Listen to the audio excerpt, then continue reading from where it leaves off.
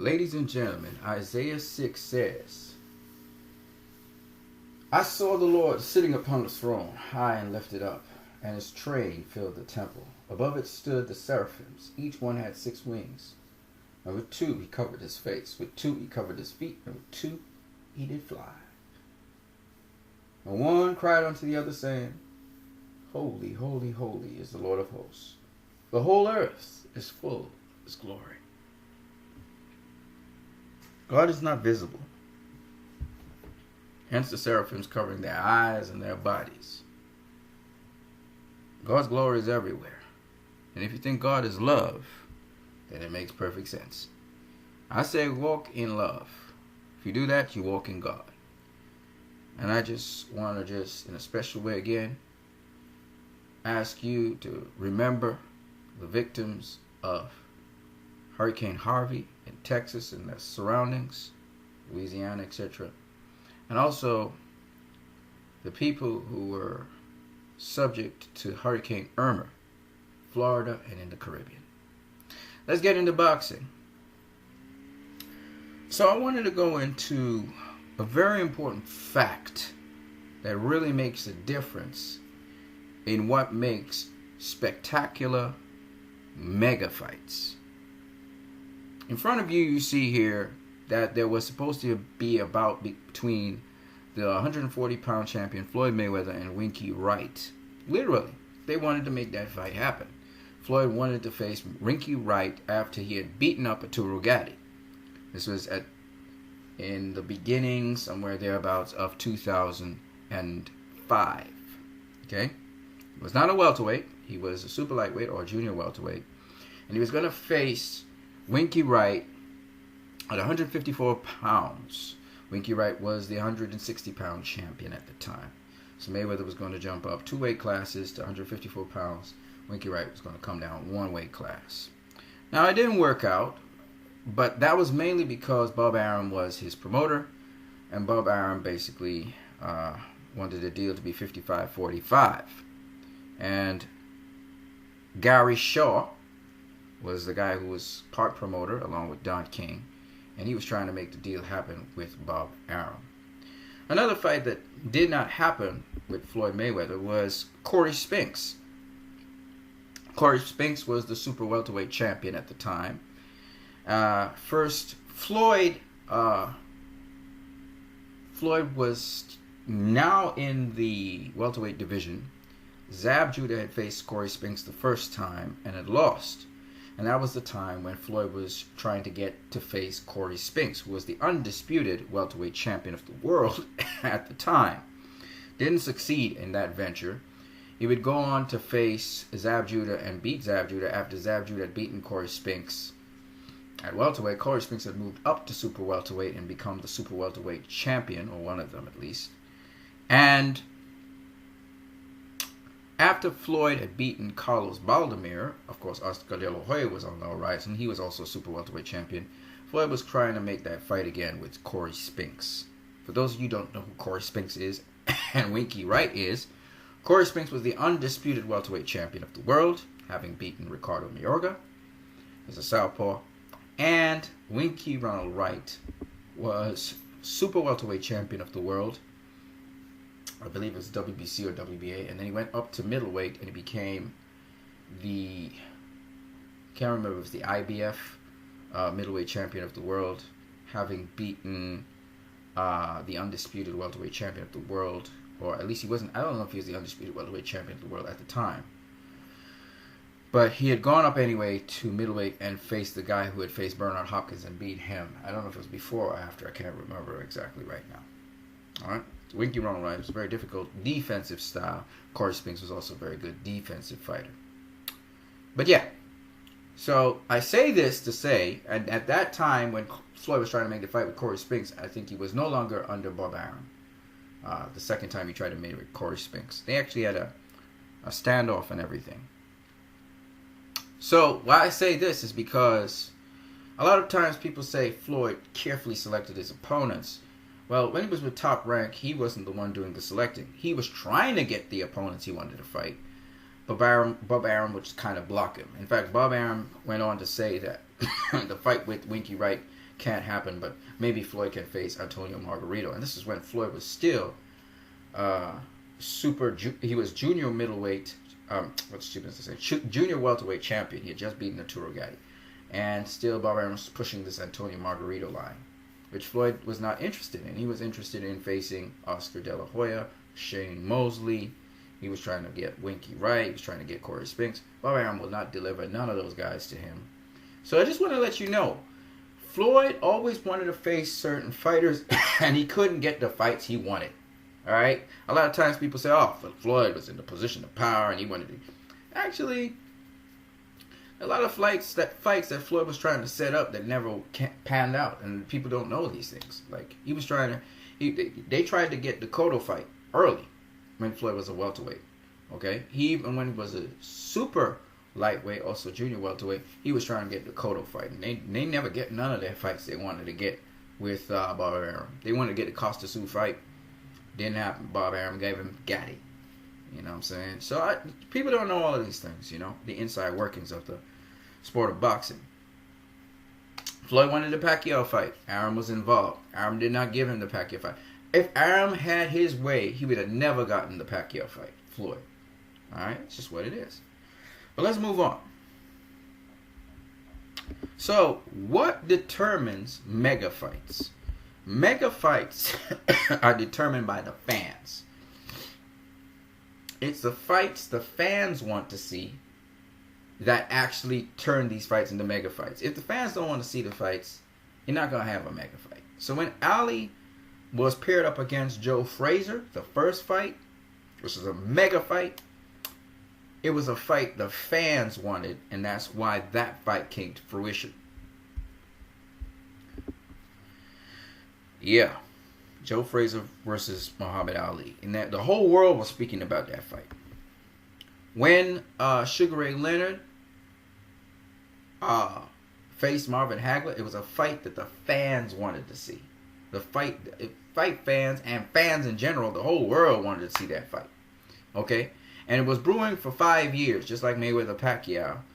Marvin Hagler had always wanted to face Sugar Ray Leonard, who was in a low weight class, had not fought at middleweight. And Leonard was not interested in facing Marvin Hagler at that time. And then much later on, when Sugar Ray Leonard realized that Marvin Hagler had, you know, he kind of slowed down a bit. He said to himself, yeah, I'm going to come back and fight him. So he came out of retirement to face Marvin Hagler. He was actually in retirement. Just so you guys know. But even so, the fans wanted to see this fight. And that's what made it such a successful mega fight or super fight. Okay? When Oscar De La Hoya faced Floyd Mayweather, it was a fight the fans wanted to see. Of course, Floyd wanted to fight. And he wanted to face Oscar since he was at super lightweight, junior welterweight. Okay? He was calling out Oscar. He was calling out Shane Mosley. But even though he called it out, the fans did not force Oscar or force Mosley to want that fight. Larry Merchant asked the question. He was like to Shane Mosley after he had beaten, who was it? Fernando Vargas. He had beaten him the second time. Saying, you know, why don't you want to face Floyd Mayweather? And Shane Mosley was like, nah, you know, I fought twice this year. I don't think I want to fight a third time this year. And it's just not the right time for me. Maybe next year. The fans never clamored for Mosley to face Mayweather. So it was not a fight the fans wanted to see. Alright? But when Oscar decided to face Floyd Mayweather after he had knocked out Ricardo Mayorga, it turned out to be a fight the fans wanted to see. Which is why it was such a huge pay-per-view. This is very important for people to understand. You know, they like to say, oh, well, Mayweather's got somebody who people think will knock him out. That's not enough. See, if you get only the haters coming to see you, that's not enough. You got to also get people who are intrigued by the matchup and think this is a good matchup, and they think that there's a good chance either fighter would beat each other. And it's something the fans have to drive. Both the lovers of the fighters and the haters of the fighters, and also the people who just want to go see a good fight. And they think this is going to be a good fight. So that's why Oscar De La Hoya and Floyd Mayweather were successful. If you're just driven by haters, people want to see you lose, you're not going to get You're not going to get resounding pay-per-view, and it's not going to be a super fight. See, we're talking super fights here. Okay? So that's why I keep on explaining to people that the dialogue about, these mega fights and so on, these super fights are driven by haters. No. The fans have to want to see it. And then it's up to the fighters to deliver, and their teams to deliver on the fight the fans want to see. Which is why Ricky Hatton versus Floyd Mayweather after the Oscar De La Hoya fight was so successful. It was successful because the fans wanted to see Ricky Hatton versus Floyd Mayweather. The fans didn't want to see Cotto versus Mayweather as much as they wanted to see Ricky Hatton versus Mayweather. Alright? Because Cotto was the other guy out there that was improving on the wings, and he had a great super lightweight or junior welterweight career. He had gone into welterweight and started to win stuff. Okay? He was undefeated. But the fans didn't want to see Cotto versus Mayweather at that point in time. They wanted to see Ricky Hatton versus Mayweather. That's why Mayweather did Ricky Hatton versus Mayweather. Because Mayweather understood and respected what the fans wanted to see. He understood that. And that's something you guys have to understand. Guys like Keith Thurman and all these guys, it don't mean nothing if the fans don't want to see it. And they have to see it. You can take polls and so on. You can listen to them vocally talk out about certain things. And that's how you know. Floyd Mayweather versus Canelo Alvarez was another fight that the fans wanted to see. The fans were clamoring for Floyd to face Canelo. After Canelo especially beat Austin Trout. And he came off of Floyd's undercard. And he said, I'm going to do my own thing now. Was the fans wanted to see this fight. That's why its pay-per-view was such a high pay-per-view. It's the third highest pay-per-view Floyd has ever had in his career. And the third highest pay-per-view period of all time. Okay? The fans drove this fight. Again, I'm just emphasizing. Mayweather versus Pacquiao. In fact, the fans started bombarding Floyd Mayweather. Saying, fight Pacquiao. Fight Pacquiao. This was all in 2014. After Mayweather beat Maidana the second time. People were clamoring for Pacquiao to face Mayweather. It got to a frenzied pitch. After 5 years. Alright? The fans wanted to see this fight. In 2000, this was brewing since 2008. After Pacquiao had knocked out Ricky Hatton. It was brewing. And in 2009, I think Pacquiao faced... Who did he face? I know he faced Cotto at the end of the year, but I can't remember who he faced. Did he have 2 fights that year or 1? I can't remember. But the fans demanded it after Pacquiao stopped Miguel Cotto. And Floyd tried to make it. He tried to deliver the fight. And this is the only fight he could not deliver. He tried, but you gotta have two. If two promoters make a fight, if two promoters don't agree on making a fight, you can't have a fight. Unless the two fighters are under one banner, then it's easy to make the fight. But if you got two promoters and one promoter doesn't want to make the fight, you have a problem.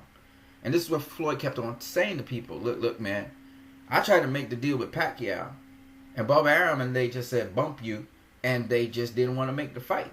All right, and they went on and faced Joshua Clottey, and even Bob Arum said it, and even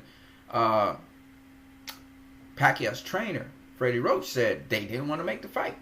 All right, so the second time Mayweather tried in 2012, the beginning there, he was trying to circumvent Bob Arum and trying to speak to the fighter and the manager of the fighter, and they still couldn't make the fight. Right? They gave some lame excuse why they didn't want to make the fight with Floyd. But Floyd was the guy always trying to make the fight. When 2014 came again and they were trying to punk Floyd again, Floyd went straight to Pacquiao and spoke to him directly about making this fight. And it was very difficult to make that fight. From Les Moonves had to get involved to all the other people. But they made the fight. This was the fight the fans demanded they see. You hear Manny Pacquiao even saying the fans want this fight. If the fans want the fight, then that's what makes the fight mega. Because if the fans didn't want to see this fight, it was no sense making the fight.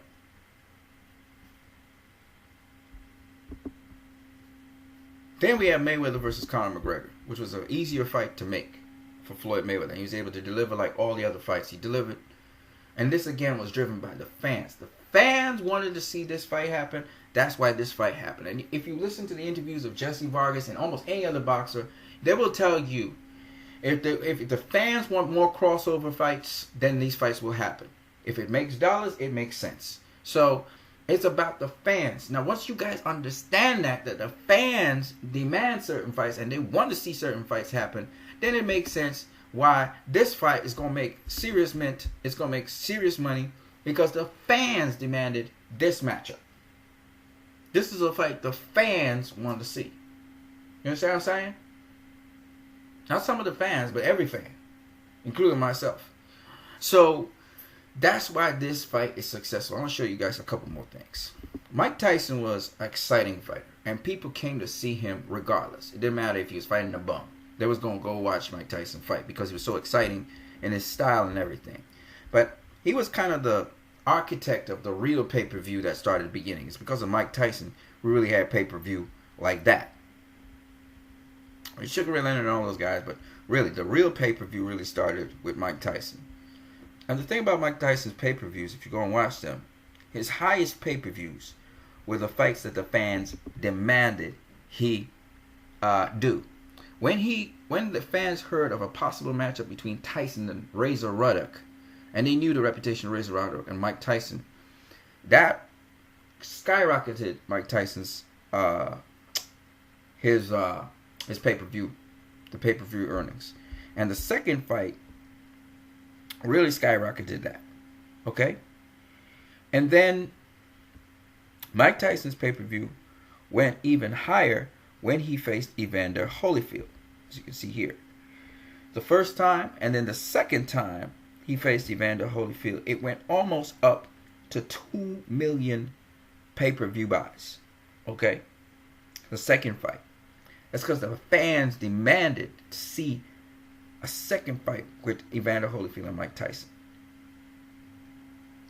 Evander Holyfield was the second person to beat Mike Tyson. Buster Douglas was the first. But what's interesting is Buster Douglas, when he beat Mike Tyson, it was a shock. It was an upset shock. But it wasn't no pay-per-view. You know what I'm saying? The fans didn't demand. Fans wasn't saying, oh, we want to see Buster Douglas fight Mike Tyson. No, nobody was asking for that fight. You know what I'm saying? It was an upset. It was a huge upset. It was a major upset. But it was not a fight that the fans were demanding to see. Yeah, clearly. But Evander Holyfield was at the top of the game. So obviously people wanted to see Holyfield versus Tyson. Razor Ruddock was a beast. And so everybody wanted to see not only the first fight with Razor Ruddock and Tyson, but the second one. Alright? And if you look, the other one that the fans wanted to see, this was after 5 years as well, was Lennox Lewis versus Mike Tyson. Again, this was a fight that was delayed, but both fighters wanted to face each other. Well, more Lennox Lewis wanted to face Tyson than Tyson wanted to face Lennox Lewis. But Lennox Lewis finally got his chance against Mike Tyson. And there was a number of reasons why that fight didn't come off earlier, because one, Lennox Lewis got his ass knocked out by Oliver McCall, who was a sparring partner of Mike Tyson. And he came back and he busted up Oliver McCall's ass. And then he goes and he gets knocked out by Hasim Rahman. And he has to avenge that. So that took time. And then Mike Tyson, he went to prison. And on top of that, he came back out of prison before Evander Holyfield, I think it was. After prison, I think it was. And he lost to him. Had to work his way back up the line, win a title. And after that, then he finally faced Lennox Lewis. Okay? Here's what it is. Anywho, you see that Mike Tyson's biggest, his biggest pay-per-view earnings, this one here, McNeely, I don't even know why. I think, Mike Tyson came back. He was out, he was in prison, he came back from prison, so that was the reason why this was so high. But if you look at his highest earnings, which was this one, and this one, I mean, people would, actually their mouths would be watering for fights like that. Okay, there's definitely fights that the fans wanted to see, and not necessarily Mike Tyson himself. Oscar De La Hoya, his pay-per-view, he was the next pay-per-view king out there after Tyson. And surprisingly, Julio Cesar Chavez was not a big pay-per-view king, but Oscar De La Hoya was. Know why? Well, let's say Chavez didn't speak English. So you got to have personality, and you got to be relatable to really break those big North American box office draws. Nonetheless, a fight people were dying to see was Oscar De La Hoya versus Pernell Whitaker. This is where his pay-per-view buys actually skyrocketed. He never made over 1 million pay-per-view buys until he faced certain people. But Whitaker was the first one. People wanted to see Whitaker versus De La Hoya. They weren't, I mean, these other guys were good, Ruelas, Hernandez, and Gonzalez, but, I mean, come on now. This is De La Hoya versus a Whitaker. He wasn't in his prime, but nonetheless, Pernell Whitaker. And so, obviously, the fans drove that one. Okay, Camacho wasn't so hot. Rivera, Chavez, too, wasn't so hot. Corte, even Ike Corte, which was a fantastic matchup. Okay, Ike Corte was also a world champion, was a unification and all that. It didn't really water people's mouths. But Felix Trinidad versus Oscar De La Hoya. That was the first time he broke 1 million pay-per-view buys, unlike Mike Tyson. That was a fight the fans wanted to see. Man, that was... The fans were like... Because everybody knew Felix Trinidad, right? And everybody knew Oscar De La Hoya. Everybody didn't know Ike Corte. Okay? Everybody knew Pernell Whitaker.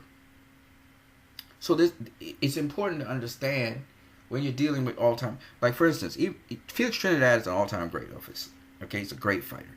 When you look at Whitaker, he's a great fighter. When you're talking about Evander Holyfield, he's a great fighter. When you're talking about Leonard Sluis, he's a great fighter, right? Razor Ruddock wasn't really a great fighter, but, he was he was known. He was a bad boy. So when you're talking about... When you look at guys who have a track history or track record and you pit them together, the fans obviously salivate. And remember, De La Hoya was undefeated at the time, and Felix Trinidad was undefeated at the time. Pernell Whitaker was defeated before, right? But it was very difficult. So this was one of Oscar De La Hoya's highest pay-per-views ever. Okay. And then the next time Oscar De La Hoya had a high pay-per-view was not with Shane Mosley. And y'all would be saying, well, wow, Shane Mosley jumped up 2 weight classes to face Oscar De La Hoya at welterweight. That should have been, a huge pay-per-view. It wasn't. Mosley had a dynamic style and all of that, but it wasn't the fight that the fans wanted to see. Fans wanted to see Oscar De La Hoya versus Fernando Vargas. That was the fight the fans wanted to see. Alright? Because, again, Mexican fans wanted to see who was the real Mexican champion. So that obviously we're talking about what drives pay-per-view. So if you want to know what drives pay-per-view, it's got to be a fight that the fans want. When the fans demand a fight, and they say, no, we got to see this fight. We got to see, and they put pressure on fighters and stuff. You're in the right place because you're going to make some money. You know what I'm saying? It's not just the hardcore fans. It's got to go beyond the hardcore fans to the average person. They got to know these people. Fernando Vargas was a terror. He used to tear up the place, man. The second Mosley fight was a fight that the fans demanded to see. After seeing what Mosley did to Oscar the first time, the second fight was a fight that the fans wanted to see. Okay? Excuse me.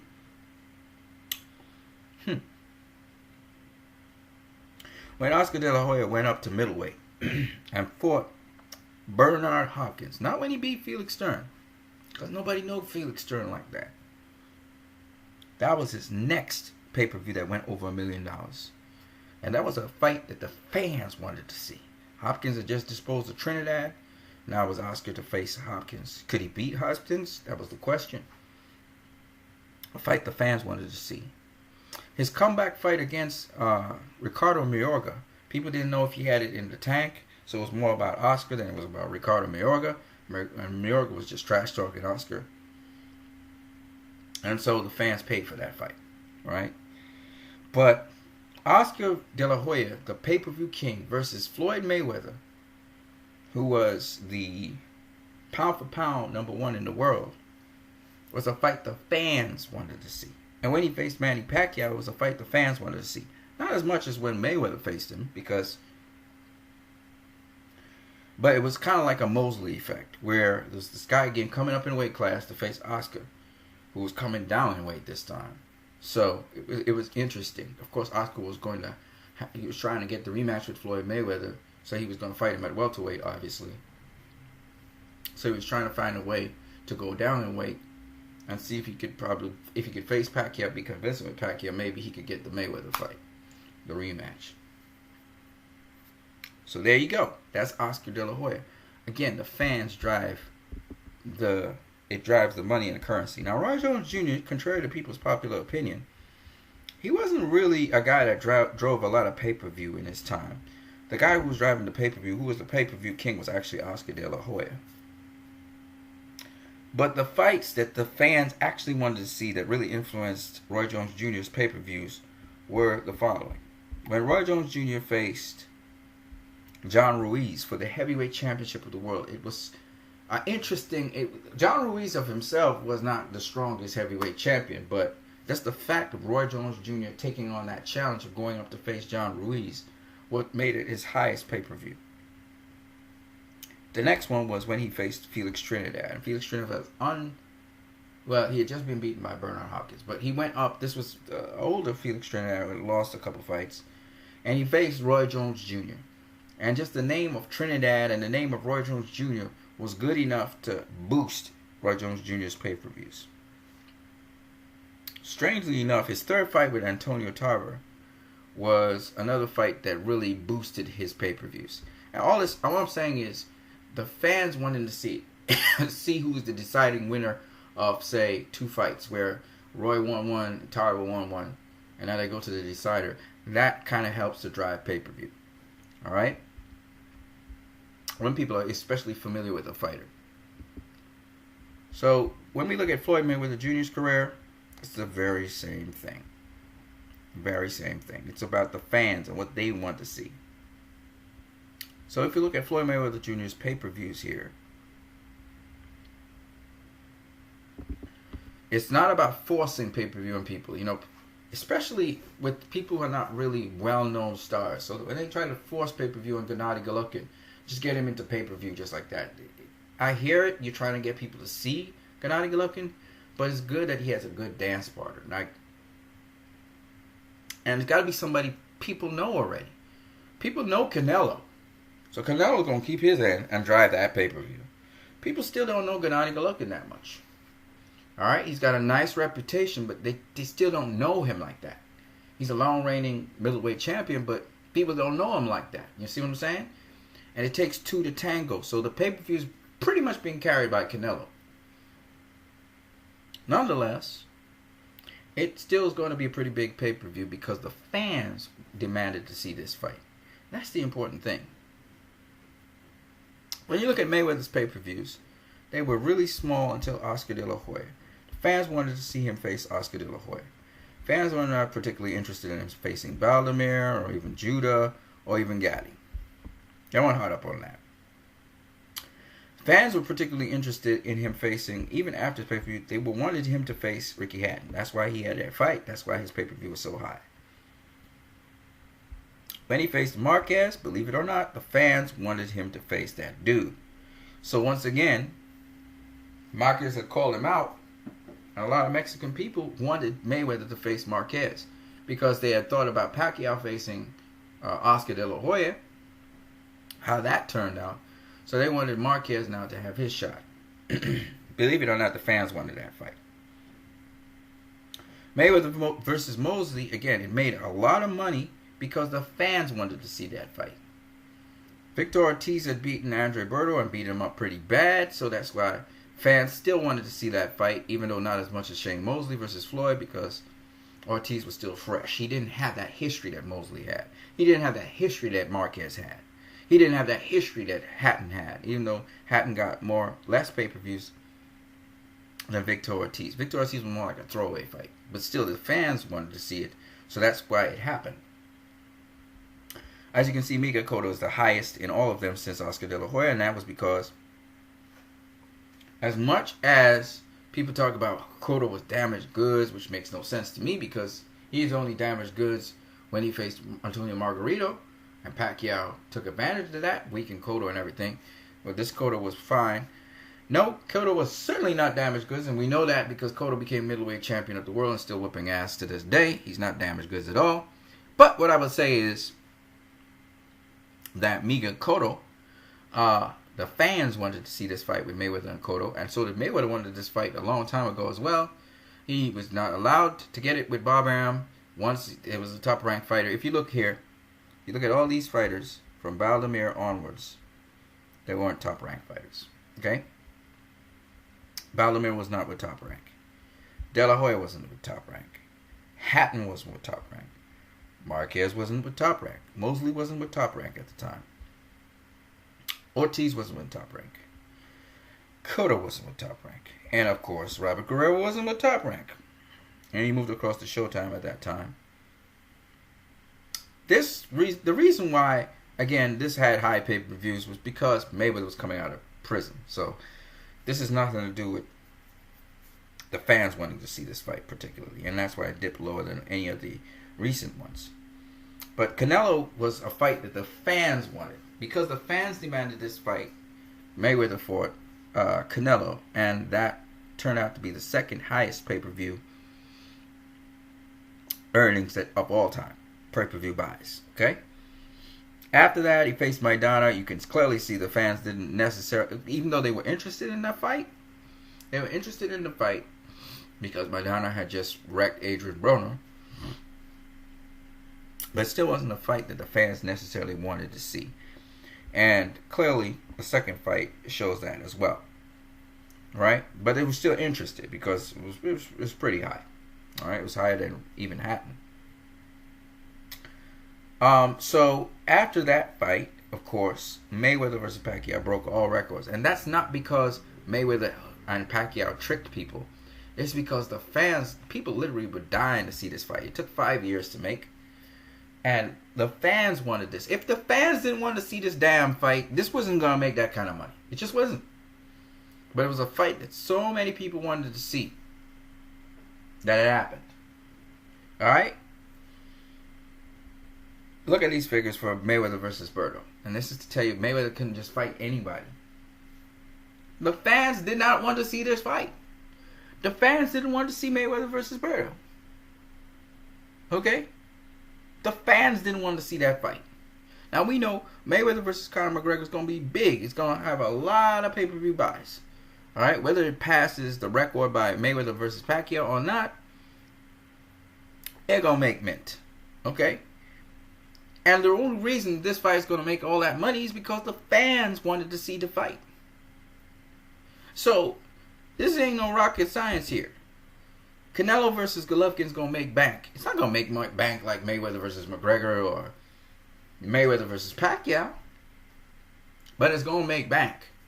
Because once again, the fans demanded that they see this fight. And what you have to understand and respect in boxing, this is why we talk about personality in boxing. To be a superstar, you can't just be knocking out people or beating up people. That's good, but that's not great. That's not great. You have to have personality. Canelo needs to learn how to speak English. All right, he should show more of his personality.